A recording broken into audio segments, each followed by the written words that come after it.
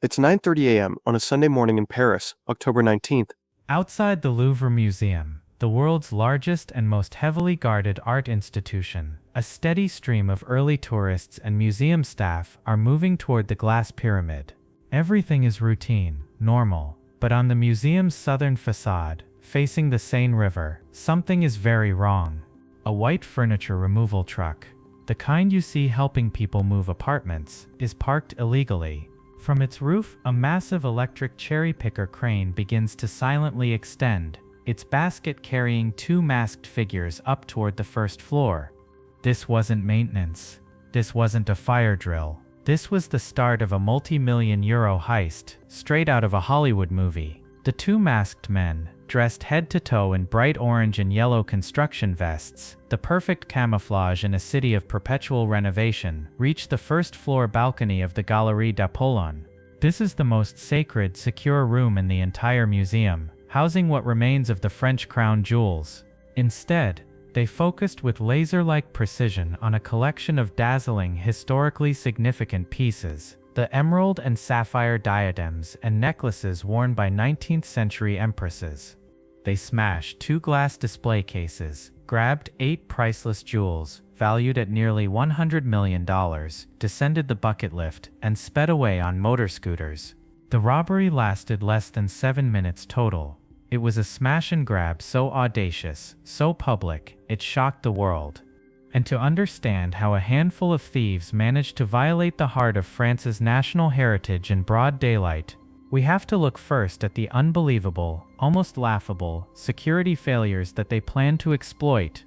The Galerie d'Apollon is one of the most stunning rooms in the entire Louvre. Its ceiling is a breathtaking masterpiece of painting and gold leaf, a monument to the Sun King, Louis XIV. The irony is that the gallery celebrating absolute power and glory was so vulnerable. Investigators quickly learned that the thieves were only able to execute the robbery because of a terrifying series of security failures the museum director later called a terrible failure. Failure number 1. The access point. The thieves deliberately chose a specific window facing the Seine. Why? Because the Louvre's director later admitted that the only external security camera near the gallery was pointed in the wrong direction, failing to cover the balcony the thieves used for their entry. It was a literal blind spot that a professional crew would have easily found during a simple scouting mission. Failure number 2. The entry method. The use of the furniture removal truck and the crane was a brilliant piece of misdirection. In Paris, cranes are everywhere. Dressed in high-vis vests, the thieves looked like just another crew doing construction, making their presence totally invisible to passers-by and most security for precious minutes. It was a classic hiding in plain sight strategy. Failure number 3. The outdated technology.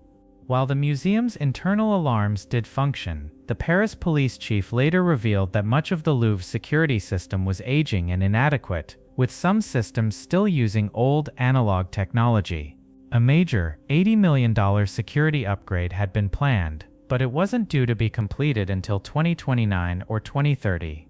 These gaps meant the thieves knew they could smash through the window, trigger the alarm, and still have a generous window of time before any meaningful response arrived.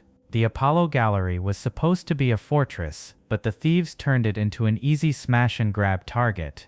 And that incredible speed highlights the almost military-level precision of the crew, particularly their gear and timing.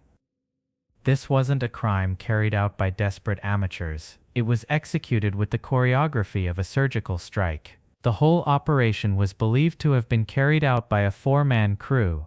2 men, the ones who went up in the crane, were the cutters and grabbers.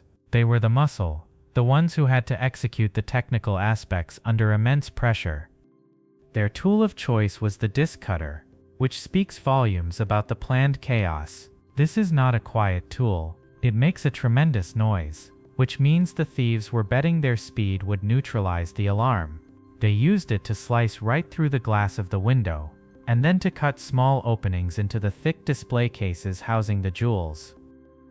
The other 2 men were the drivers and watchmen. They waited below, ready for the immediate escape.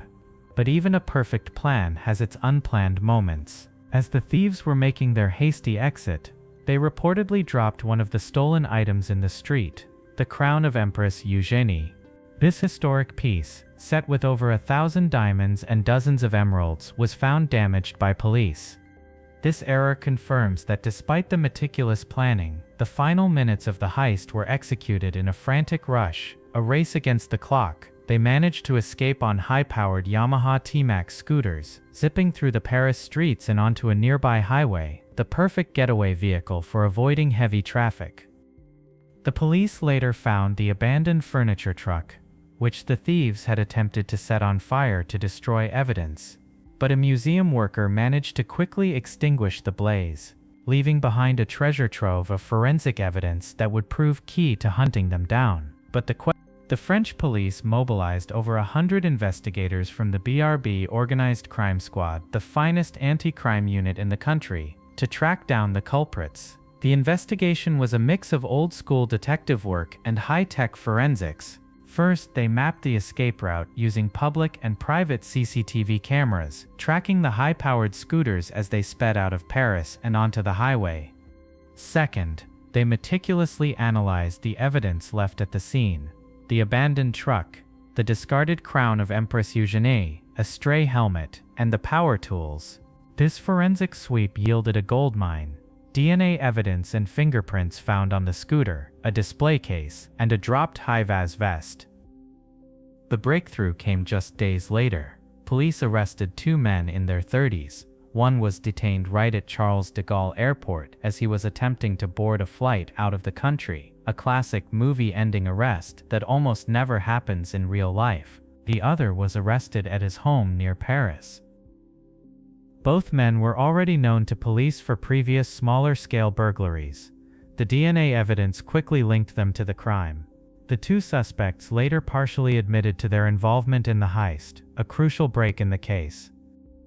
But here is where the story gets chilling. The 2 men arrested were believed to be the cutters and grabbers, the ones who entered the museum. The other 2 men, the mastermind and the other driver, and most importantly, the $100 million in jewels, remain missing. The prosecutor publicly stated that the jewels are clearly unsellable, as they are, and issued a public plea for their return.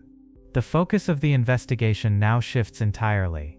It is no longer about finding the thieves, it is about locating the fences, the underworld network waiting to break down the jewels, and ultimately, the mysterious mastermind who planned the audacious 7-minute crime.